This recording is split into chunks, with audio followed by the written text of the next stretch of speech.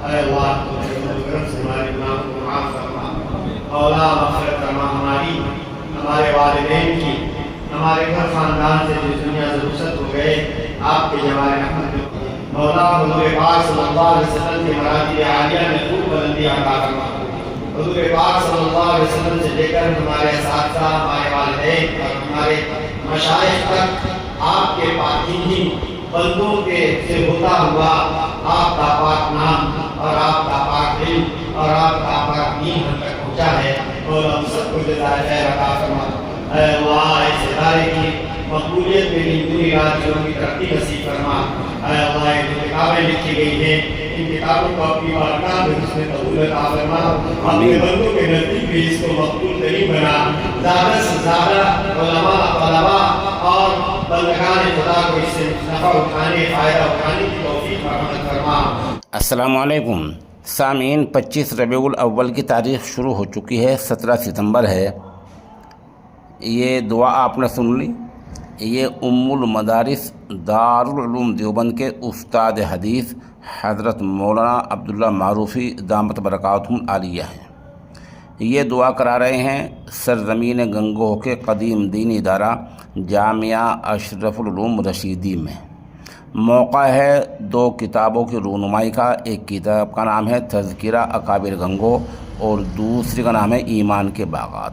یہ ایمان کے باغات جو کتاب ہے یہ تقریباً 1100 صفحات پر مشتمل ہے، اور اس نامہ نگار نے اکثر حصے کا مطالعہ کیا ہے۔ یہ ایک الہامی کتاب ہے، سلیس اردو زبان میں ہے اور ہر مسجد میں پڑھے جانے لائق کتاب ہے۔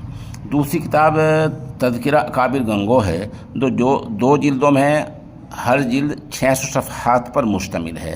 گویا 1200 صفحات میں شاہ عبد القدوس، شاہ ابو سعید اور امام ربانی مولانا رشید احمد گنگوہی رحمۃ اللہ علیہ سے لے کر اس میں بہت سارے اکابر گنگوہ کے اور اس ضمن میں اور بہت سارے بصیرت افروز واقعات ہیں۔ دونوں کتابیں یہ پڑھنے لائق ہیں۔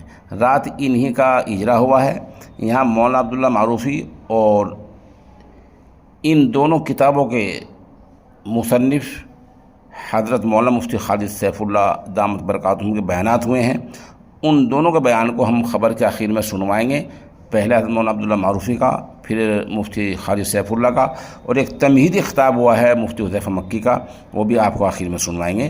اور یہاں جو اس کا جو تقریب کا آغاز ہوا ہے وہ ام المدارس کے استاد قاری المقری عبدالرؤوف بلند شہری کا ہوا ہے۔ چند آیت آپ کو سنوائیں گے، اور یہاں جو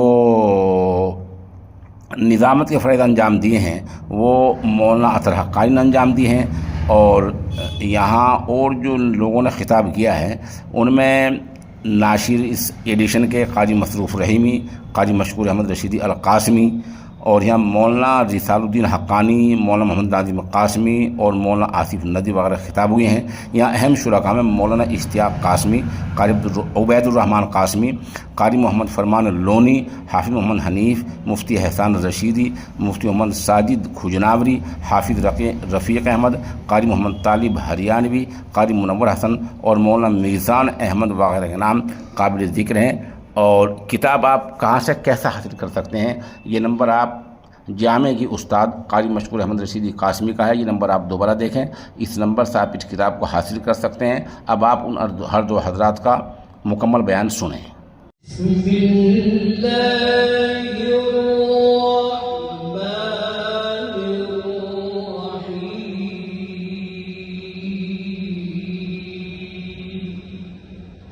قل لعبادی الذین آمنوا یقیموا الصلاة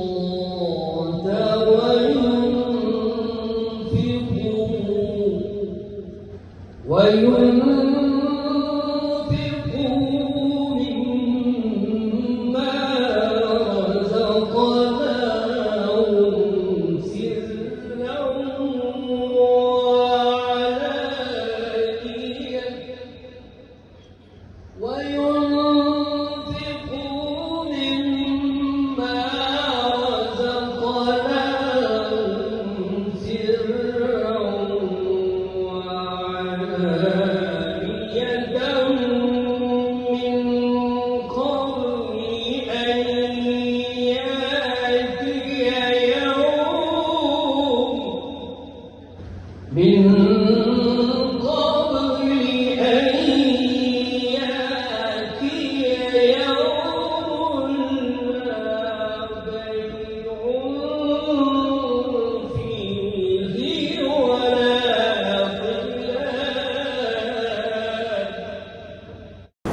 السلام علیکم ورحمۃ اللہ وبرکاتہ۔ الحمد للہ رب العالمین، والصلاة والسلام علی سید الانبیاء والمرسلین سیدنا و مولانا محمد وعلی آلہ وصحبہ اجمعین، اما بعد فاعوذ باللہ من الشیطان الرجیم، بسم اللہ الرحمن الرحیم، وَكُلًّا نَقُصُّ عَلَيْكَ مِنْ أَنْبَاءِ الرُّسُلِ مَا نُثَبِّتُ بِهِ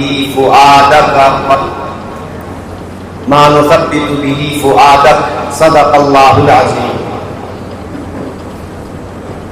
محترم و مکرم صدر اجلاس، معزز و موقر حضرات علماء کرام، عزیز طلبہ، پیارے بچوں، یہ میرے لیے بھی اور ہم سب کے لیے سعادت اور خوشبختی کی بات ہے کہ آج کی یہ مبارک تقریب جو ہمارے محترم بزرگ دوست مفتی خالد سیف اللہ صاحب گنگوہی مدظلہ کی گراں قدر تصنیفات، جن میں خاص طور سے تذکرہ اکابر گنگو اور ایمان کے بابات اور بھی کتابیں ہیں، ان کی رونمائی کے لیے یہ تقریب منعقد ہوئی ہے اور ہم سب اس مبارک تقریب میں شریک ہیں۔ مقصد رونمائی کا یہ نہیں ہے کہ ریاکاری اور نام و نمود ہو، بلکہ اتنے قیمتی خزانوں کا علم ہمیں ہونا چاہیے اور ہمارے ذریعے سے دوسروں تک ان کتابوں کا علم پہنچے، ان کی افادیت لوگوں پر، ہم پر ظاہر ہو، تاکہ ہم ان قیمتی خزانوں سے فائدہ اٹھا سکیں۔ یہ سرزمین گنگو تاریخی سرزمین ہے۔ حضرت مولانا عبدالنبی صاحب گنگوہی، حضرت شاہ عبدالقدوس گنگوہی، حضرت شاہ عبدالسعید گنگوہی اور بھی بہت سے اکابر، اور آخر میں سید الطائفہ علماء دیوبند کے سرخیر حضرت مولانا رشید احمد گنگوہی نور اللہ مرقدہ کے ذریعے سے اللہ رب العالمین نے جو سنت اور بدعت میں امتیاز کا عظیم کارنامہ انجام دلایا، ان کے ذریعے سے یہ بے مثال کارنامہ ہے، اور یہ وہ فقیہ النفس شخصیت ہے جس نے سنت اور بدعت میں امتیاز قائم کرنا، سنت کو بدعت سے نکھارنے کا کام جو انجام دیا ہے، یہ واحد وہ شخصیت ہے۔ باقی علماء کرام ان کے متبع ہیں۔ اس سے پہلے سلوک و تصوف کی لائن سے بہت سارے اکابر گزرے ہیں، لیکن ان کے یہاں کچھ نہ کچھ سلوک و معرفت اور طریقت کے عنوان سے کچھ ایسے کام اور ایسے رسم و رواج ہوتے تھے جن کی شریعت اسلامی میں یا تو دلیل نہیں ہوتی تھی یا وہ صریح طور پر بدعت تھے۔ حضرت گنگوہی نور اللہ مرقدہ نے سنت کو بدعت سے نکھارا ہے، اور آج بھی آپ دیکھ سکتے ہیں کہ سرزمین گنگو میں جو بڑے بڑے اہل پاک کے قبریں ہیں، مزارات ہیں، وہاں کچھ نہ کچھ بدعات اور بدعات کے آثار پائے جاتے ہیں، اور اللہ رب العالمین نے اس عظیم شخصیت کے مزار کی قبر کو آج بھی بدعات کی خوبیوں سے محفوظ رکھا ہے۔ کچھ لوگوں نے چاہا تھا کہ دیگر اکابر کی طرح یہاں بھی رسم و رواج اور عرس وغیرہ ہونا شروع ہو جائے، لیکن تکوینی طور پر اللہ نے وہاں کچھ ایسا انتظام کر دیا کہ اس کا سد باب ہو گیا، اور اب اس کے بظاہر احتمالات نہیں ہیں، باقی اللہ تبارک و تعالیٰ قادر مطلق ہے۔ تو میرے بھائیوں اور دوستوں، اس سرزمین گنگوہ کی جو اکابر ہیں وہ بڑی ہی اونچی شخصیات ہیں، اہل معرفت ہیں، اور ان کے فیوز و برکات پورے عالم میں پھیلے ہوئے ہیں، پورا عالم ان سے مستفید ہو رہا ہے۔ ہمارے محترم دوست مفتی خالد سیف اللہ صاحب متظلہ ہم درس ساتھی ہیں ہمارے، لیکن صلاح، تقوی، شرافت، یہ شریف ابن شریف ہیں ماشاءاللہ۔ تو اس وقت ہی سے ان کے میری یہ خوش قسمتی ہے کہ مجھے صحبت نصیب ہوئی، اور زمانے طالب علمی میں بارہا ان کے در دولت پہ حاضری بھی ہوئی۔ والد ان کے والد مرحوم حضرت مولانا قاری شریف صاحب رحمۃ اللہ علیہ، جن کی خصوصیات پر مولانا ناظم صاحب نے بہت کچھ گفتگو فرمائی، واقعتاً وہ عجیب و غریب شخصیت تھی۔ ہر اللہ تبارک و تعالیٰ سب سے سب طرح کا کام نہیں لیتا۔ قاری شریف صاحب رحمۃ اللہ علیہ کے خصوصیات میں سے یہ بڑی خصوصیت تھی کہ وہ بالمؤمنین رؤوف الرحیم کی خاص نسبت ان کو ملی تھی کہ طلبا، متعلقین، ماتحتوں کے ساتھ انتہائی شفقت اور انتہائی محبت کا برتاؤ رکھتے تھے، اور ہر شخص اپنی بات، اپنی ضرورت ان سے رکھتا تھا، اور وہ اس کی ضرورت پوری کیا کرتے تھے۔ اور خاص طور سے طلبا کے دل و دماغ میں تو یہ تصور ہوتا تھا کہ حضرت ہمارے باپ ہیں، اور باپ سے بھی زیادہ ہمارے ساتھ جو ہے شفقت کا برتاؤ کرتے ہیں۔ چنانچہ جتنے علماء یہاں سے پڑھ کر کے گئے ہیں میرے تجربے میں، میرے ساتھیوں میں، جیسے مثلا مولانا سلمان صاحب بجنوری ہیں، مولانا قاری عبدالرؤوف صاحب ہیں، مفتی ریاست علی صاحب ہیں حافظ کے، ان سب حضرات کا، اور بھی کشمیر کے کچھ علماء، ان سب حضرات کے ہی تصورات رہے ہیں، اور یہی ان کے تأثرات رہے ہیں کہ حضرت قاری شریف صاحب واقعتاً ایک باپ اپنی اولاد سے کیا محبت کرے گا جو قاری صاحب رحمۃ اللہ علیہ ان مہمانان رسول سے محبت کیا کرتے تھے، اپنی اولاد سے بڑھ کر کے ان کو چاہتے تھے۔ یہ حضرت ان بزرگوں کا تذکرہ کیوں ضروری ہے؟ حضرت شیخ زکریا رحمۃ اللہ علیہ ہمارے اکابر میں، جن کا ذکر حضرت مولانا ناظم صاحب نے کیا، ان کی ایک آپ بیتی ہے، اور آپ بیتی کیا ہے؟ وہ تو جگ بیتی ہے۔ نام آپ بیتی ہے لیکن وہ جگ بیتی ہے۔ دین اسلام، عالم اسلام، ہندوستان کی تاریخ کے ساتھ ساتھ علم اور علماء کی تاریخ بھی اس کے اندر موجود ہے۔ اسی طریقے سے ایک طالب علم، مثالی طالب علم کیسے بنتا ہے، اس کے متعلق بہترین ہدایات موجود ہیں۔ ایک معلم، مثالی معلم کیسے بن سکتا ہے، اس کے متعلق بہترین ہدایات موجود ہیں۔ ایک ادارہ کامیاب ادارہ کیوں کر ہو سکتا ہے، ادارے کا نظام کیسے کامیاب ہوگا، اس کے متعلق بہترین گائیڈ لائنز کتاب میں موجود ہے۔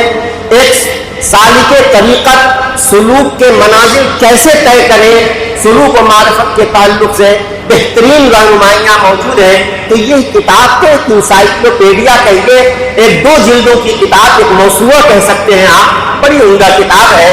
میں حضرات علماء سے، مدرسین سے، طلباء سے، سبھی حضرات سے یہ گزارش کروں گا کہ اس کتاب کا موقع ملنے پر مطالعہ کریں، اور اب آپ مطالعہ کریں گے، جو لوگ کیے ہوئے ہیں وہ جانتے ہیں کہ کتاب اٹھانے کے بعد کچھ اس طرح اس کے اندر محویت پیدا ہوتی ہے کہ آدمی پڑھتا چلا جاتا ہے، گھنٹوں گزر جاتے ہیں، وقت کا احساس نہیں ہوتا۔ بڑی عجیب و غریب کتاب ہے۔ سہارنپور مظفر نگر کی ٹھیٹھ جو زبان ہے، اس زبان میں حضرت نے یہ بات لکھی ہوئے اپنی آپ بیتی لکھی ہے، اور بڑی عجیب و غریب کتاب ہے۔ اکابر کے تذکرے کا جہاں ذکر آیا، اس میں شروع ہی کرتے ہیں اس شعر سے، چند تصویریں بتاں چند حسینوں کے خطوط، چند تصویریں بتاں چند حسینوں کے خطوط، بعد مرنے کے میرے گھر سے یہ سامان نکلا۔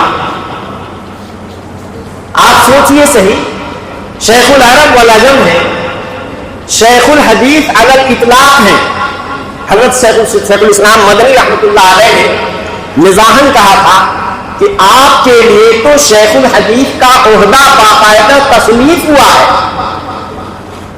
شیخ الحدیث علی الاطلاق جب بھی کہیں علمی دنیا میں پورے عالم میں شیخ الحدیث مطلقاً بولا جاتا ہے تو اس سے مراد حضرت مولانا زکریا صاحب خان کی ذات گرامی ہوتی ہے۔ اور یہ حضرت شیخ الاسلام مدنی رحمۃ اللہ علیہ نے اشارہ کیا تھا کہ جب آخری سفر میں حضرت مولانا خلیل احمد صاحب رحمۃ اللہ علیہ حجاز مقدس تشریف لے گئے، وہاں بر المجود کی تکمیل ہوئی اور پھر اس کے بعد سال بھر کے بعد مولانا زکریا صاحب کو واپس کرنا ہوا تو حضرت شاہ عبد القادر صاحب رحمۃ اللہ علیہ بھی وہاں تشریف لے گئے تھے اور ان کو کچھ وصیت اور کچھ ادارہ مدرسہ مدارس کے متعلق کچھ ہدایات کی تھی اور کچھ مخصوص لوگوں کو مخصوص کام کی نشاندہی کی تھی۔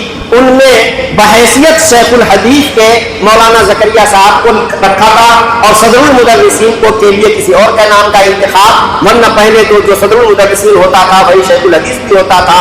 یہ حضرت شیخ کے لیے یہ ہوا کہ نہیں، یہ شیخ الحدیث کے عہدے پر رہیں گے اور صدر المدرسین مولانا عبدالرحمان صاحب، تو باقاعدہ شیخ الحدیث کا عہدہ تصنیف کیا گیا۔ حضرت شیخ الحدیث رحمۃ اللہ علیہ نے اس شعر سے بزرگوں کے حالات کا تذکرہ شروع کیا ہے کہ چند تصویر بتاں چند حسینوں کے خطوط بعد مرنے کے میرے گھر سے یہ سامان نکلا۔ کیا بات ہے، حضرت کو اکابر کے حالات اور اکابر کی زندگیوں کے پڑھنے اور پڑھوانے کا بہت شوق تھا اور بہت زیادہ وہ اس کو پسند کرتے تھے۔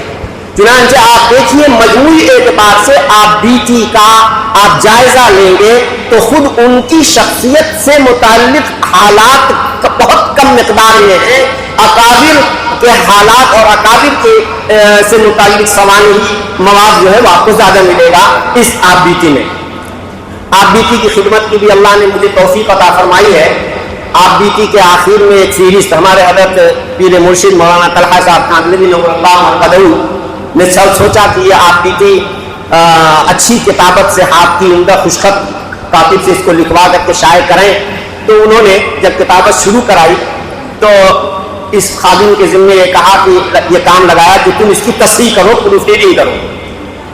دل میں یہ بات آئی کہ صرف پروف ریڈنگ کر لیں گے کتاب کی تصحیح ہو جائے گی، لیکن ساتھ ہی ساتھ کیوں نہ، چونکہ یہ انسائکلوپیڈیا ہے، موسوعہ ہے، بہت ساری معلومات ہیں، تو اس کی ایک کارآمد فہرست کیوں نہ بنا دی جائے۔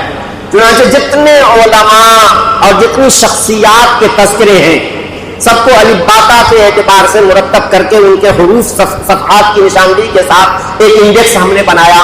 اس کے علاوہ جو مضامین کے اعتبار سے الگ الگ سوانحی خاکہ، الگ سوانحی شیخ کی سوانے سے متعلق جو مواد ہے اس کو الگ، اکابر کے سوانے اور حالات سے متعلق جو مواد ہے اس کو الگ، تاریخی معلومات الگ، سلوک و تصوف سے متعلق جو ہے اس کو الگ باب میں، علمی جو بحثیں ہیں اس کو الگ باب میں۔ تو اس طریقے سے جو فہرست بن گئی تو اس فہرست کے ذریعے سے آپ بیٹی کی ترتیب جدید ہو گئی۔ اب اس آپ بیٹی سے آپ کسی بھی بات کو، کسی بھی قسم کی چیز کو نکالنا چاہیں تو بڑی آسانی سے نکال سکتے ہیں۔ بہرحال تو میں یہ عرض کر رہا تھا کہ ان اکابر کے حالات پڑھنا بہت ہی باعث خیر و برکت ہے، درس و عبرت اور موعظت کی چیز ہے۔ اگر یہ بات نہ ہوتی تو حضرت نبی کریم صلی اللہ تعالی علیہ وسلم پر جو القرآن کریم نازل کیا گیا اور قیامت تک آنے والی انسانوں کی ہدایت کے لیے یہ کتاب اتاری گئی، اس کتاب کا ایک معتبر، ایک اچھا خاصا حصہ قصص الانبیاء اور پچھلی امتوں کے واقعات پر مشتمل ہے۔ ظاہر بات ہے یہ کیوں ہے؟ یہ اس لیے کہ حضرت نبی کریم صلی اللہ علیہ وسلم کی شریعت پچھلی تمام انبیاء کی شریعتوں کے لیے ناسخ ہے، لیکن عقائد و ایمانیات کے تعلق سے حضرت نبی کریم صلی اللہ علیہ وسلم کے پر جو احکام نازل کیے گئے ہیں وہ احکام گزشتہ انبیاء پر بھی وہی تھے، لہذا عقائد و ایمانیات میں کوئی خاص فرق نہیں ہے۔ کچھ جزوی احکام ایسے ہیں، ورنہ تو تمام انبیاء کرام پر جو کتاب الہی اتاری گئی یا جو دین اتارا گیا، ان الدین عند اللہ الاسلام، دین سب کا مشترک ہے، فروعی احکام اور دوسرے مسائل میں اختلاف ہے، شرائع میں اختلاف ہے، لیکن دین میں، ایمانیات و عقائد میں کوئی خاص اختلاف نہیں ہے۔ ان میں آپ دیکھ رہے ہیں کہ نبی کریم صلی اللہ تعالی علیہ وسلم پر جگہ جگہ قرآن کریم میں بھی اور اس کے علاوہ وحی غیر مطلوع کے طور پر بھی بنو اسرائیل کے عبادت گزاروں کے واقعات، بنو اسرائیل کے اور پچھلی قوموں پہ کس میں کیا باتیں پیش آئیں، تو عبرت انگیز جتنی واقعات ہیں وہ سب نبی کریم صلی اللہ علیہ وسلم کو یا تو وحی مطلوع کے ذریعے سے یا وحی غیر مطلوع کے ذریعے سے حضرت صلی اللہ علیہ وسلم کو یہ تمام واقعات بتائے گئے۔ چنانچہ اس آیت کریمہ میں جو میں نے آیت آپ کے سامنے تلاوت کی ہے، فرمایا ہر طرح کی چیز جس کی آپ کو ضرورت ہے، ہم نے گزشتہ انبیاء کے حالات اور واقعات میں سے ہر طرح کی وہ چیزیں، ہر طرح کا وہ مواد آپ کو سنا دیا ہے۔ کیوں؟ لِنُثَبِّتَ بِهِ فُؤَادَكَ، تاکہ اس کے ذریعے ہم آپ کے دل کو سکون عطا کریں، آپ کے دل کو جمائیں اور مخالف حالات سے آپ پریشان نہ ہو، کیونکہ گزشتہ انبیاء کرام کے ساتھ بھی ناموافق حالات پیش آئے ہیں، ان کی قوموں نے ان کو ستایا ہے، ان کے خاص لوگوں نے انہیں طرح طرح کی اذیتیں پہنچائی ہیں، لیکن وہ بالکل جمے رہے ہیں۔ ٹھیک اسی طریقے سے آپ بھی عزم و استقلال کے باہر ہیں اور آپ کو ان ناموافق حالات سے قطعاً متاثر نہیں ہونا ہے۔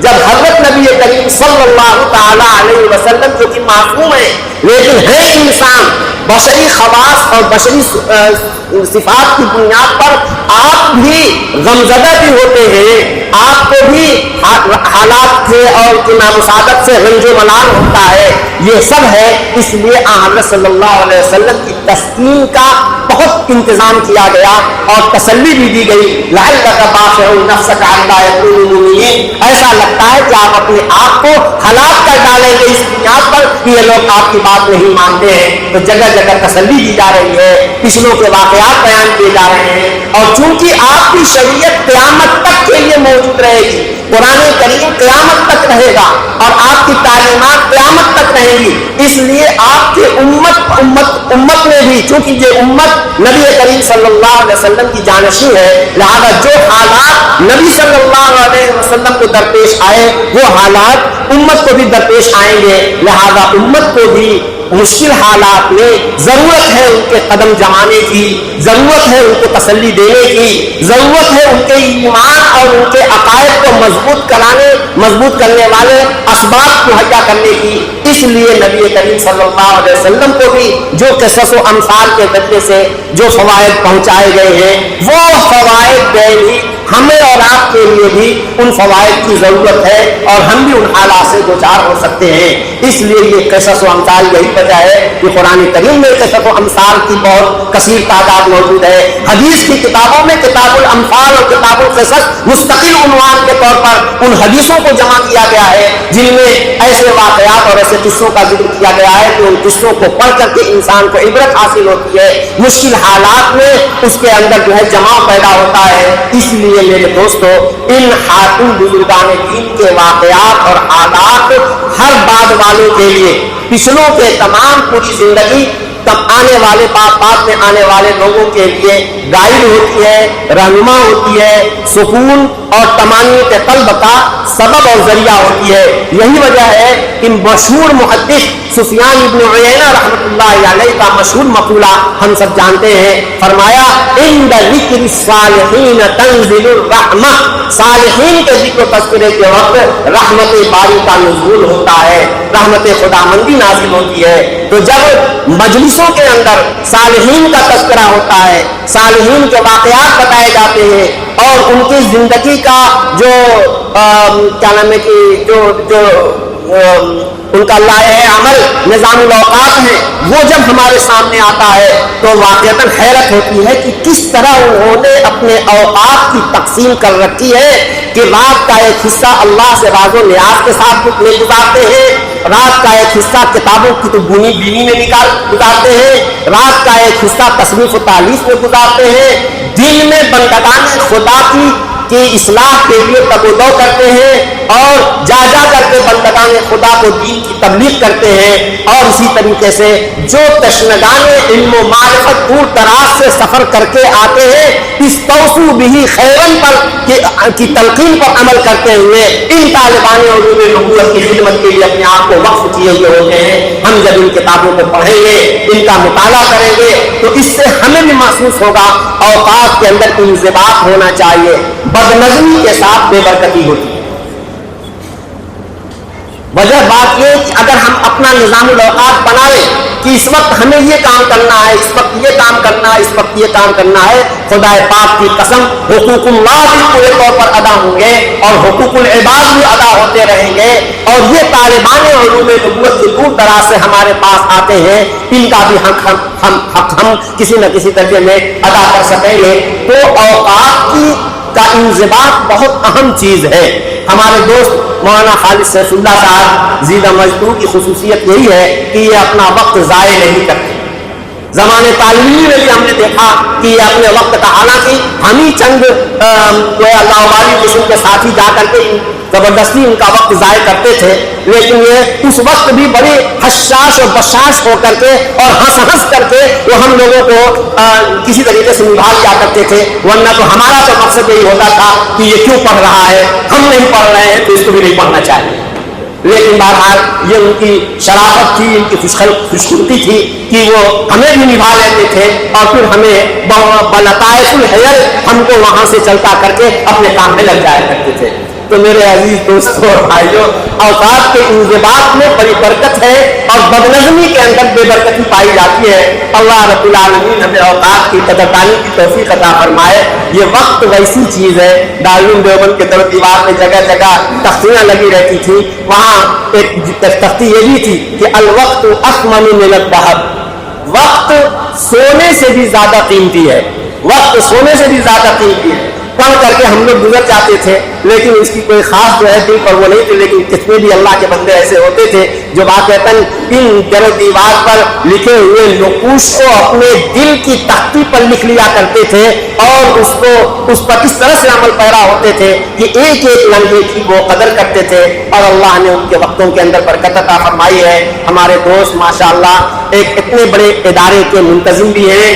انتظام آسان کام نہیں ہے، آدمی اگر انتظام میں لگتا ہے تو وہ علم کا نہیں رہ جاتا، اور علمی کام ساتھ ساتھ کرنا یعنی در کفے جامع شریعت، در کفے سندان عشق، ہر حوث ناک ندانت جام و سنداں باختن۔ تو یقین مانیے کہ انتظامی امور اور انتظامی حقوق کو ادا کرنا اور ساتھ ہی ساتھ شیخ الحدیثی کے منصب پر فائز ہو کر کے بخاری اور ترمذی کے حقوق ادا کرنا، یہ جام و سنداں باختن کے مرادف چیز ہے، یہ ہر ایک کے بس کی بات نہیں ہے۔ اللہ رب العالمین ان جیسی شخصیات کو ہم امید رکھتے ہیں کہ اس اشرف العلوم کے پاکیزہ فضا میں پڑھنے والے ہمارے یہ نونہادان بھی انشاءاللہ مولانا کی شخصیت سے کو سامنے رکھتے ہوئے محنت کریں گے اور سبق حاصل کریں گے۔ اور یہ کتاب جو تذکرہ اکابر لمبو ہے، یہ بھی عجیب و غریب کتاب ہے، اور ان اکابر کے حالات جب ہم پڑھیں گے تو انشاءاللہ ہماری زندگیوں کے اندر انقلاب پیدا ہوگا،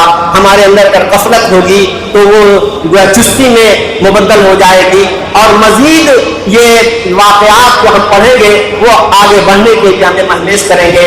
اسی طریقے سے دوسری کتاب جو ایمان کے باغات ہیں، یہ بھی بہت عمدہ کتاب ہے۔ یہ کہہ لیجئے کہ یہ در حقیقت اردو زبان میں ایک کتاب الادب ہے، اردو زبان میں ایک کتاب الادب ہے، جیسے کہ امام بخاری رحمۃ اللہ علیہ کی کتاب الادب المفرد ہے۔ صحیح بخاری میں کتاب الادب موجود ہے، لیکن اس میں صرف صحیح حدیثیں انہوں نے جمع کی، جبکہ حدیث میں بہت سی حدیثیں جو امام بخاری کی شرط پر نہیں ہے اور وہ قابل استدلال ہے، ایک اچھا خاصا ذخیرہ تھا۔ امام بخاری رحمۃ اللہ علیہ کے علمی مزاج کو سکون نہیں ملا اور اس کو تشفی نہیں ہوئی، یہاں تک کہ انہوں نے الگ سے الادب المفرد کے نام سے ایک کتاب تصنیف کی، وہ بھی بڑی عجیب و غریب کتاب ہے۔ اور اس الادب المفرد کی شرح مولانا نیاز محمد نواتی رحمۃ اللہ علیہ نے کی تھی، اس ناچیز کو اس پر خدمت کرنے کا موقع ملا، اور پھر اس خدمت کے دوران دل کے اندر یہ داعیہ پیدا ہوا کہ امام بخاری رحمۃ اللہ علیہ نے ہم لوگوں کی زندگی بنانے کے لیے قرآن و حدیث کی نصوص اور ساتھ ساتھ سب سے زیادہ نبی کریم صلی اللہ علیہ وسلم کی احادیث کا جو اتنا بلادیز مرقع انہوں نے جمع کیا ہے، امام بخاری کے دیار میں جانا چاہیے۔ چنانچہ اس کتاب کی تصنیف مکمل ہونے کے بعد اللہ نے وہاں بھی پہنچایا۔ اس کے بعد حضرت مفتی صاحب بھی وہاں گئے تھے۔ مفتی صاحب وہاں گئے تو ظاہر ہے کہ یہ ماوراء النہر کا جو پورا علاقہ ہے وہ بہت ہی علمی زرخیز، پوری تاریخ اسلام کا تاج آپ کہہ سکتے ہیں، کیونکہ جتنی اہم بڑی بڑی کتابیں تاریخ اسلام میں تصنیف کی گئی ہیں وہ اسی علاقے کے علماء اور محدثین اور فقہاء کی کتابیں ہیں۔ چنانچہ ہم فقہ کی کتابیں بھی اور حدیث کی کتابیں بھی یہ سب میں مرہون منت ہے اسی علاقے کے علماء کے، لہذا وہاں مفتی صاحب گئے۔ اور مفتی صاحب جب جو کام کے لوگ ہوتے ہیں، ہم تو گئے گھوم کے چلے آئے، لیکن مفتی صاحب وہاں گئے تو ایک ایک چپے کو وہاں پڑھا انہوں نے، وہاں کی قبروں کو، تختیوں کو، اور اس کے بعد چونکہ تاریخ سے ان کو جو تاریخی شخصیات ہیں ان کی جو کارنامے ہیں ان پر مفتی صاحب نے باقاعدہ ایک کتاب عربی زبان میں لکھ دی جس کا نام کیا ہوتا؟ سیر و اعلام ازبکستان، سیر و اعلام ازبکستان، سرزمین ازبکستان کی اہم شخصیات کے کارناموں کو، ان کی سیرت کو، ان کی زندگیوں کو مفتی صاحب نے اختصار کے ساتھ اس کتاب میں جمع کیا ہے۔ ہمیں امید ہے، ہم چاہتے ہیں کہ یہ کتاب بہت اچھے معیار پر، جس انداز سے انہوں نے کمپوزنگ کرائی ہے وہ تو ابھی مسودہ ہے، لیکن اس کو باقاعدہ اچھے معیار پر فی حلۃ قصیبۃ، بہت ہی دلآویز اور دلکش شکل و صورت کے ساتھ یہ کتاب چھپنی چاہیے۔ اور یہ کتاب جب چھپ جائے گی تو مجھے امید ہے کہ عرب علماء بھی اس کو بڑی قدر کی نگاہ سے دیکھیں گے، اور ہم لوگوں کے لیے اس کتاب میں بہت انشاءاللہ رہنمائی ملے گی اور درس و عبرت حاصل ہوگی۔ اللہ رب العالمین مولانا کی تصنیفات کو، ان کی کتابوں کو قبول فرمائے، اور اس ادارے کے فیض کو جس طرح سے اب تک اللہ نے خوب پھیلایا ہے، آئندہ قیامت تک اس کے فیض کو جاری و ساری رکھے۔ بس انہی باتوں پر میں اپنی بات ختم کرتا ہوں۔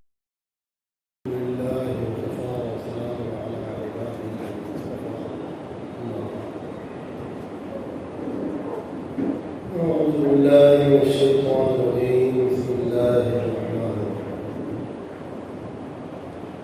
ألا إن أولياء الله لا خوف عليهم ولا هم يحزنون. الله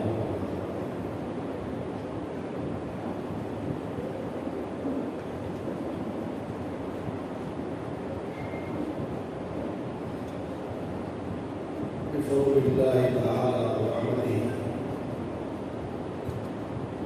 آج ہم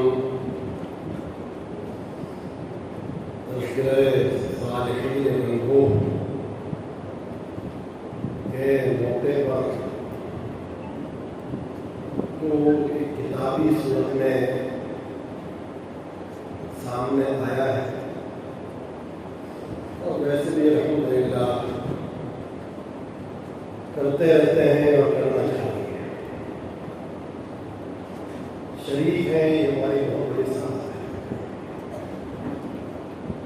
ہمارے لیے ان کے طریقے پر چلنے کی ایک دعوت ہے۔ جو بھی اہل علم ہے، اہل قلم ہے، جب وہ اپنے دیار یا کہیں کے علماء، صلحاء، اتقیاء، اولیاء اللہ، پھر حضرات صحابہ کرام کی بات تو بہت ہی بڑی ہے، حضرات انبیاء علیہ السلام کی بات تو اور بہت بڑی ہے۔ ان کے تذکرے کرتے ہیں تو کیا کیفیت ہوتی ہے اور کس جذبے سے کرتے ہیں، وہ وقت جو گزرتا ہے ان تذکروں میں وہ بہت ہی لذیذ ہے، کیونکہ یہ سب ہمارے محبوبین ہیں۔ حضرات انبیاء علیہ السلام کے تذکرے اللہ کیسی محبت سے فرمائے، اور بار ایک پیغمبر کا تذکرہ 100 سے بھی زیادہ ہے قرآن کا. اللہ حضرت انبیاء علیہ السلام کے تذکرے اللہ پاک رب العالمین کس محبت سے فرماتے ہیں اور اس میں کیا دعوت چھپی ہوتی ہے, کیا خیر اور برکت کا پیغام چھپا ہوتا ہے. سبحان اللہ. وہاں سے آپ دیکھیے قصہ عادی سے قرآن پاک تقریباً 25 انبیاء علیہ السلام کا و بیش ذکر جمیل کرتا ہے اور کیسی محبت کے ساتھ اس سے اندازہ لگایا جا سکتا ہے کہ یہ حضرات تو اللہ کی محبت کے جس معیار پر ہے سبحان ان کے تذکرے بھی اللہ کی زبانی اسی معیار کے ساتھ ہے. ان کی صلاحیت دینی خدمات انبیاء علیہ السلام کی دینی خدمات اور ان کی محبت کے تذکرے, دعوت کے تذکرے, تبلیغ کے تذکرے, رائے حق میں قربانیوں کے تذکرے, رائے حق میں قربانیوں کے کیسے تذکرے آئے ہیں. جب ہم ان تذکروں پر گزرتے ہیں تو کیا اندازہ ہوتا ہے کہ کس قدر مجاہدہ کی داستان ہے, محنتوں کی داستان ہے. راہ خدا میں انہوں نے کتنی اذیتیں برداشت. نوح علیہ السلام کو لوگ اتنا مارتے تھے, یہ چھوڑ کر جاتے ہیں کہ ان کا خاتمہ ہو گیا, پھر آپ اٹھتے ہیں, پھر اپنے کام کو شروع ہو جاتے ہیں اور خدا کے پیغام کو پہنچانے میں لگ جاتے ہیں. حضرات انبیاء علیہ السلام نے کس قدر تکلیف ہوگا اللہ کی رسالت کو پہنچانے کی. وَبَلِّغْكُمْ رِسَالَاتِ رَبِّكُمْ, پیغامات رب کو پہنچانے کے لیے کتنے مجاہدات کیے ہیں حضرات, سبحان. اور کس قدر شفقت تھی مخلوق خدا پر, نہ ان کی محبت سے اوپر محبت رب کا کوئی مقام بندوں کو نصیب ہو سکتا, نہ ان جیسی شفقت بندگان خدا میں سے کسی کو مل سکتی. شفقت علی الخلق ان کی طینت پاک کا ایک حصہ وافرہ, ان کا خمیر جن خصوصیات سے تیار ہوا ان میں اللہ کی محبت اور عشق اور تعلق اور مخلوق خدا کو ہدایت پر لانے کے لیے سب ترین مجاہدات کا عنصر. یہ پوری داستان جو قرآن پاک عجیب انداز سے بیان کرتا ہے اور مقررات بھی مقررات جو کہ محبوبان خدا ہے ان کے تذکر سے اللہ کو قرآن عزیز وہ پورا منور ہے اور ایک تاریخ. اس پر کتنی کتابیں لکھی ہیں. انبیاء علیہ السلام کے تذکروں پر قرآن پاک کے انوار کی روشنی میں کتنی کتابیں آئی اور کتنے حضرات نے اس پر محنتیں اپنا وقت قیمتی بنایا, ان کے تذکرے کر کے اپنا وقت قیمتی بنایا, اپنی زندگی کو قیمتی بنایا. تو ایک ہر مصنف و مؤلف جو انبیاء, صحابہ, اولیاء, علماء, کا تذکرہ کرنا، وہ یہی چاہتا ہے کہ اپنے اوقات اپنی سانسوں ان کے تذکروں میں گزارے۔ یہ بہترین ایک بدل ہے، ان کی معیت کا ایک بہترین بدل ہے۔ انبیاء، صحابہ اور تابعین اور اللہ کے تذکرے ان کی معیت کا ایک نعمت بدل ہے، جس کو یہ صحبت میسر نہ ہو، اس گروہ جن کی مقبولیت پر اللہ پاک نے مہر لگائی، وہ ان کے تذکروں سے اپنے قلب کو زندہ کر سکتا ہے۔ اولیاء اللہ اسی ضمن میں آتے ہیں۔ حضرات انبیاء علیہ السلام کے بعد حضرات صحابہ کتنی کتابیں لکھی ہیں، یہ اللہ اکبر، اور یہ سلسلہ کہیں ختم ہو گیا، ختم ہو جائے نہیں، نہ ختم ہوگا نہ ختم ہوگا، قیامت تک چلتا رہے گا۔ انبیاء علیہ السلام کے تذکروں کا، صحابہ کرام کے تذکروں کا فلاں نے لکھا، اس کی صحابت ہے، اس کی بھی اجر ہے، ضرور ہے۔ وہ اس لیے نہیں لکھ رہا کہ وہ لکھا نہیں گیا، وہ کوئی نیا کام کر رہا ہے کہ وہ کام نہیں ہوا، اس لیے وہ میدان میں آیا۔ استغفر اللہ، وہ یہ سوچ کے کہ میرا وقت قیمتی بن گیا ہے اور مجھے بھی ان جیسی محبت حاصل ہے۔ اس سے انسان کو محبت ہوتی ہے، یاد کرتا ہے نا، اعید ذکر الرحمن ان ذکر هو المسك ما کررته يتصور، مشک ہے یہ تذکرے تو مشک ہے، جتنا انسان اس پہ لگے گا یاد کرے گا اتنا ہی زیادہ مشک پھیلے گی اور اس کی خوشبو بڑھتی چلے گی۔ حضرات صحابہ کرام کو کتنی کتابیں لکھی گئی ہیں، اور لکھی جائیں، کتب خانے بھرے ہوئے ہیں۔ اللہ پاک ان تمام مؤلفین کو ہدایت ہے جنہوں نے ایک بات کی، صحابہ کرام کی بھی ایک بات لکھی، ان کا اٹھنا بیٹھنا، ان کا قیام، ان کا رکوع، ان کا سجدہ، ان کا طریقہ، ایک بات۔ جیسے سید الانبیاء علیہ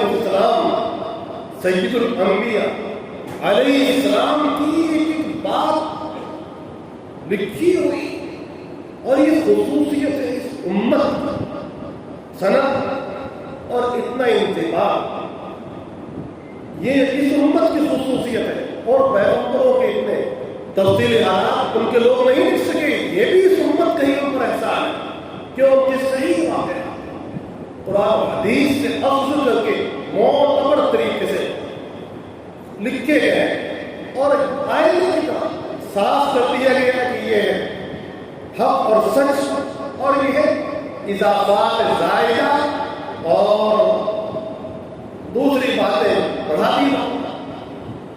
حضرات صحابہ کرام کے تذکروں پر کتنی کتابیں ہیں، سبحان اللہ، ان کا ذکر، ان کے تذکروں سے تو قرآن پاک بھرا ہوا، احادیث میں ان کے تذکرے ہیں۔ اگر کوئی انسان صرف یہ چاہے کہ قرآن و سنت سے ہی صحابہ کرام کے تذکرے کرے، تو ہر صحابی کا، ایک بڑے بڑے صحابہ، ان کے تذکرے 6 سال سے جمع کر سکتے ہیں۔ اور آپ کہیں گے سارے صحابہ قرآن پاک میں مذکور ہے، والسابقون الاولون من المہاجرین والانصار والذین اتبعوهم بإحسان رضی اللہ عنہم ورضوا عنہ، کیا سب نہیں آئے؟ تو یہ کئی اجمالی ہیں، کئی تفصیلی ہیں صحابہ کرام کے تذکرے، اور خود صحابہ کرام کبار صحابہ کے تذکرے کرتے ہیں۔ صحابہ کرام خود کبار صحابہ کے تذکرے کرتے تھے، اسی لیے لکھا ہے علماء نے کہ تم اپنے بڑوں کو یاد کرو، کل تمہارے چھوٹے کو یاد کرو۔ کیا بہترین بات، تو خوش قسمت ہے جو اپنے بڑوں کا تذکرہ کر رہے ہیں۔ بلائے گا میرے خاندان، وہ نہیں میرا خاندان، میرے آب و اجداد، یہ مشائخ علم ہے، مشائخ معرفت ہے، یہ میرا آب و اجداد، یہ میرا خاندان ہے، ہمارا خاندان کہ وہ حسب پر اور نسب پر مبنی ہے، بس وہ ہے فلاں علاقے میں فلاں برادری، ارے بھائی ہمارا خاندان تو شرق و غرب شمال جنوب میں پھیلا ہوا ہے، اور ہر پیغمبر ہمارے خاندان کا اعلیٰ سر، ہر صحابی ہمارے خاندان کا ایک عظیم فرد ہے، ہمیں اس کے ساتھ ایک جذباتی تعلق ہے، محبت کا تعلق ہے، عقیدت کا تعلق ہے، اور اس لیے کہ وہ صحابی رسول اللہ ہے، اس لیے ہم اگر وہ ہمارے سامنے ہوتے تو ہم کو بال نہیں اپنے جسم بچھا دیتے کہ آپ چلیے، آپ بال کیا ہم تو اپنا جسم بچھائیں گے ان کے لیے، اپنے آنکھیں بچھائیں گے، اوپر چل کے آ رہے ہیں صحابہ کرام کہ تذکروں کے اندر کیا لذت ہے، اس لذت کا انداز ان سے پوچھ بھائی جو صحابہ کرام کے تذکرے کرتے ہیں، ان سے جا کے پوچھ یہ شراب کیسی مزیدار ہے، اولیاء اللہ یہ سب پورا صادقین کا مقدار ہے، یہ سب صادقین ہی کا فرق ہے، محدثین، مفسرین، فقہاء، مفتیان کرام، دعاء الہ، سب صادقین میدان ہی بنا لگے۔ حضرت قطب عالم شیخ القدوس صاحب فنا فی اللہ، ذکر سے انسان فنا فی اللہ ہوتا ہے، اور یہ میدان مشاہدہ، ذکر کے ذریعے سے انسان میدان مشاہدے میں چلا جاتا ہے، ان پر عشق الہی کا طلبہ تھا، اور مشاہدات کا باب ان پر کھل گیا تھا، تو ایک عالم کے عالم کو انہوں نے فیض پہنچایا، اور پھر ان کا روحانی خاندان جہاں بھی ہے دنیا میں، رسول پاک علیہ السلام جب ہجرت فرما رہے تھے، آپ نے مکہ معظمہ کی طرف کس انداز سے دیکھا اور کیا فرمایا، جہاں بھی ہے ہمارے اللہ اور اختیار ہے ومن کانوا، وہ سب میرے ہی خاندان ہے۔ لوگ پوچھتے ہیں کہ آپ کا حسب کیا، آپ کا نسب کیا؟ ارے یہ حسب نسب تو قرآن پاک بیان کر رہا ہے، قرآن پاک ہمارا حسب بیان کرتا ہے، ہمارا نسب بیان کرتا ہے، ان اکرمکم عند اللہ اتقاکم وجعلناکم شعوبا وقبائل لتعارفوا، ان اکرمکم عند اللہ اتقاکم، ہمارا حسب نسب تو قرآن پاک بیان کرتا ہے، پیغمبر علیہ السلام نے بیان کیا۔ اتقیاء روزگار، اتقیاء امت، جہاں بھی ہو میرے قریب ہے، چاہے روزے اقدس کے قریب آ کر علیہ الف صلوات قریب نہ آ سکو، دنیا میں کہیں بھی زیارت کا موقع بھی نہ ملا۔ حضرت محدث صاحب رحمۃ اللہ علیہ کو کیا زیارت کا موقع ملا؟ پہنچے وہاں اللہ حضرت الفسانی تو حج کا ارادہ تھا، جب حج کے لیے جائے تو مولانا ہاشم، حضرت مولانا ہاشم کشمیری کہنے لگے کہ جائے بزرگ آئے ہوئے ذرا سا دیکھتے تو جائیے کہ کوئی حج کے لیے ارادہ ہے، ٹھیک ہے آپ کا حج کا ارادہ ہے، نظر تو دیکھ لی، تو وہاں گئے اور کھایا باقی بٹا رحمہ اللہ کہ زیارت میں بعد پہنچے، حضرت کی جو نظر پڑی، توجہ پڑی، حج کوئی بھول گئے اور پھر موقع ہی میسر لیا اور آئے تھے، اور بری نظر کے لیے زندگی پر کہ غلام بن گئے اور اللہ کے ذکر میں فنا ہو گئے۔ کتنا بڑا انسان اللہ، حضرت مجدد الفسانی، ان کے والد آ رہے ہیں حضرت شیخ القدوس صاحب رحمۃ اللہ علیہ کی خدمت میں، اور لکھا بعض مشائخ نقشبندیہ نے لکھا کہ ہمیں نوافل کی کثرت کا شوق اور جذبہ حضرت مولانا رکن الدین صاحب کے فیض صحبت سے حاصل ہو۔ کمال ہو گیا۔ حضرت خیام معصوم سرندی رحمۃ اللہ علیہ نے لکھا ہے کہ ان کی برکت سے ہمارے اندر نوافل کا جذبہ پیدا ہوا۔ دیکھیے اتنا بڑا انسان مجدد صاحب رحمۃ اللہ علیہ کا عظیم فرزند جن کے بارے میں حضرت فرمایا کہ یہ انسان ہماری نسبتوں کو ایسے اخذ کرتا ہے جیسے سارے شرع خیر نے اپنے دادا سے فقہ کو اخذ کیا۔ کیا مثال ہے، ایسے اخذ کرتا ہے۔ یہ بندہ وہ لکھ رہا ہے کہ میں ان کی برکت سے میرے اندر نوافل کا شوق آیا، تو معلوم ہوا کہ بہت کمیاں انسان میں رہ جاتی ہیں، وہ اندر محسوس ہوتی ہیں۔ ہم یہ سمجھ رہے ہیں کہ چند الفاظ آ بیان کرنا آ گیا. ہمیں اپنے مشائخ سے تعلق نہیں, ذوق نہیں, اور ان کے پاس آنا نہیں, جانا نہیں, بیٹھنا نہیں. حضرت شیخ قطب صاحب رحمۃ اللہ علیہ کہ شیخ عمر میں ان سے چھوٹے ہیں, ابھی گفتگو بیان کیا نا, ان سے چھوٹے ہیں عمر میں, تو یہی خیال ہے کہ یہ میں اس عمر میں چھوٹے تو وہاں بیٹھے تھے, تو ان کے قلب پر ایک بات ہے کہ اس راہ کے اندر چھوٹا بڑا نہیں ہوتا. وہ فوراً متوجہ ہوئے کہ شاید ہی میری پریشان ہو, اور بیٹھ ہوئے اور مجاہدے میں لگے, اور کہاں سے کہاں تک پہنچے. وہ ایک داستان عشق ہے, وہ ایک داستان عشق ہے اور مجاہدات کی داستان. حضرت شیخ لکھ رہے ہیں اپنے بیٹے مولانا نورالدین صاحب رحمۃ اللہ علیہ کہ نورالدین تاریخ و باریک کمرے اختیار کرو تو فکر کے لیے. اور پاکستان میں اللہ ہمارے دوست, عظیم دوست, پہلے دوست تھے اب عظیم دوست ہیں, پہلے دوست تھے اب محدث دوست ہیں, پہلے رفیق تھے اب رفیق اعظم کہیں گے. اور ایسی کرتے تھے آ جاتے ہیں. ایک بزرگ کے آگے پہنچے کون؟ ترمذی. میں امام ترمذی رحمۃ اللہ علیہ تو چونکہ محدث ہے, سارے عالم کے اندر مشہور ہے, اور حکیم ترمذی وہ وہی بہت بڑے محدث ہے, اور امام ترمذی رحمۃ اللہ آنے سے بہت آگے ہے, بہت کی دنیا میں اور روحانیت کی دنیا میں. اس علاقے میں حکیم ترمذی براہ راست خضر علیہ السلام کے شاگرد اور ان سے مرابط اور ان کے ساتھ ان کی بہت زیادہ تعلق. ایک عجیب کرامت سنائی لوگوں نے. پھر میں نے سوچا کہ بھائی میں کرامت کتابوں میں دیکھوں, ایسا ہو کہ مبارکہ تو معلوم ہوا کہ ان کی کرامتیں اس انداز کی ہے جو بتایا کہ وہ حق ہے. مشائخ کو یہ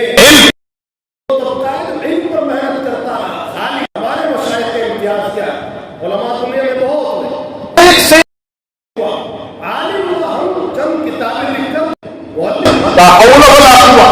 جب ہم کتابوں سے دنیا میں جاتے ہیں تو پتہ چلتا ہے کہ تو ہمارا آغاز بھی نہیں. کتنی تصانیف آئی پڑھ رہا تھا صاحب بدایہ والنہایہ نے ایک تذکرہ کیا جو موفق الدین ابن قدامہ حنبلی کا بہت بڑے مدرسے کا بانی اور جبل قاسیون پر ان کا مدرسہ چلتا تھا. تو بانیوں کے تذکرے دیکھیے, مدارس کے بانیوں کے تذکرے وہاں بھی آپ کو ملے, اور معلوم ہوا کہ اتنے مدرسے دمشق میں, اتنے بغداد میں, اور ایک محدث کا تذکرہ شیخ الحدیث کے نام سے ہی کیا. تو کیا عمر ابن طبرزت البغدادی, شیخ الحدیث کے الفاظ سے ہی تذکرہ کیا. امام ذہبی کتنے دار الحدیثوں کے اندر پڑھاتے تھے صبح شام, یہ شیخ الاسلام امام نووی پڑھاتے تھے. اور گزار انسان ان حضرات میں جو کیفیات ایک بہت بڑے بزرگ کے مطابق پڑھا, وہ اتنا بڑا ولی ہے.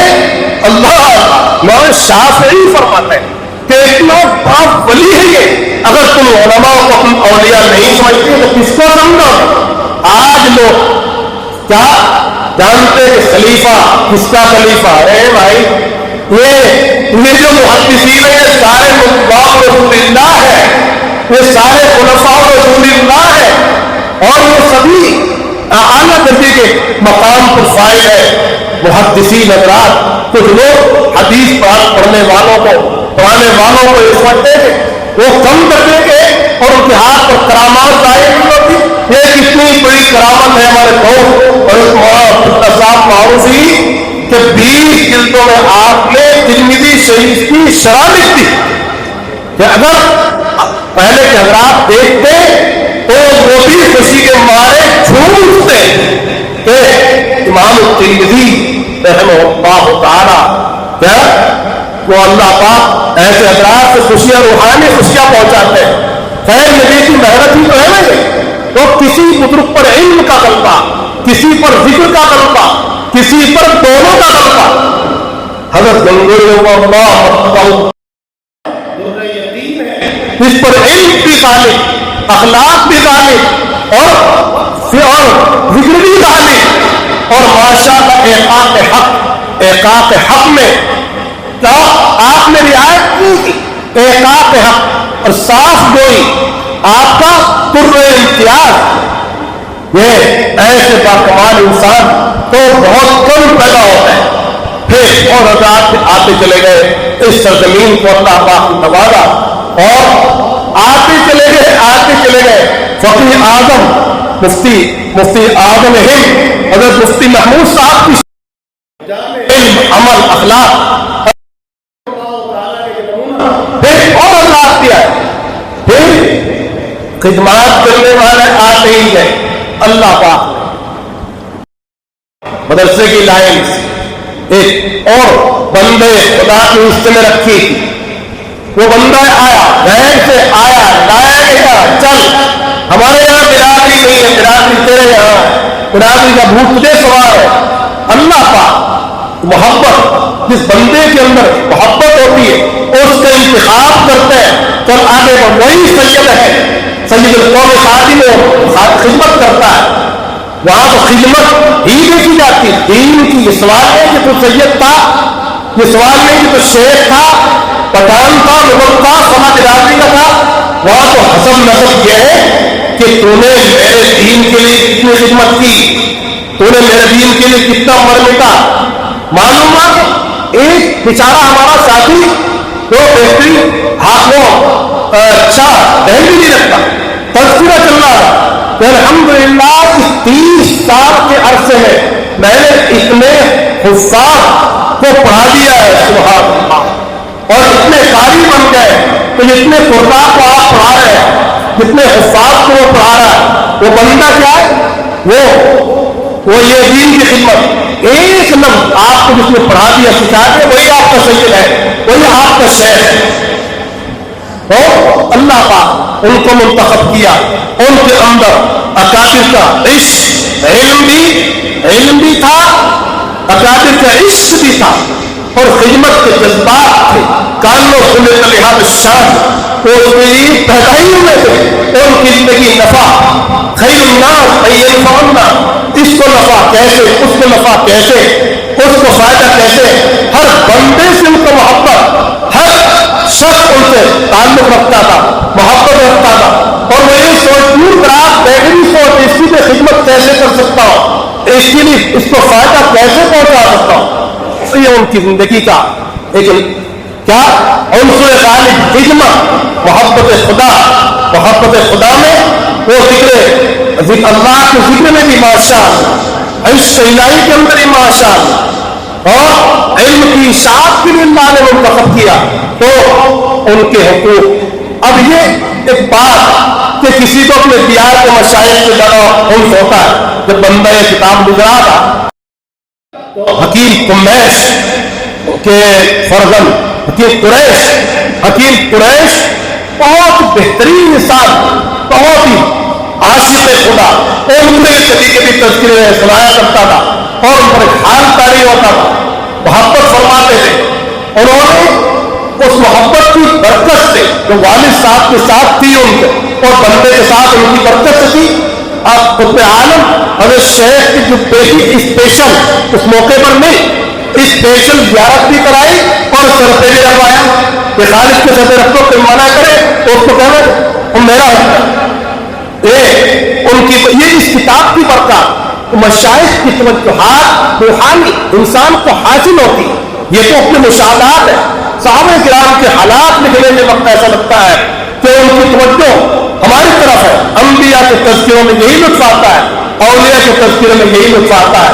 یہ ہے میرا خاندان تو یہ ہے, تو میں اس خاندان کو دنیا میں تلاش کرتا ہوں, جہاں بھی جاتا ہوں. انبیاء کہاں ہے, اولیاء کہاں ہے, ان کو خود دیکھے انسان, دیکھنے سے جو فیض ہوتا ہے, جو برکت حاصل ہوتی ہے. ہمارا سب کا الحمدللہ یہی جذبہ ہے, یہی شوق ہے.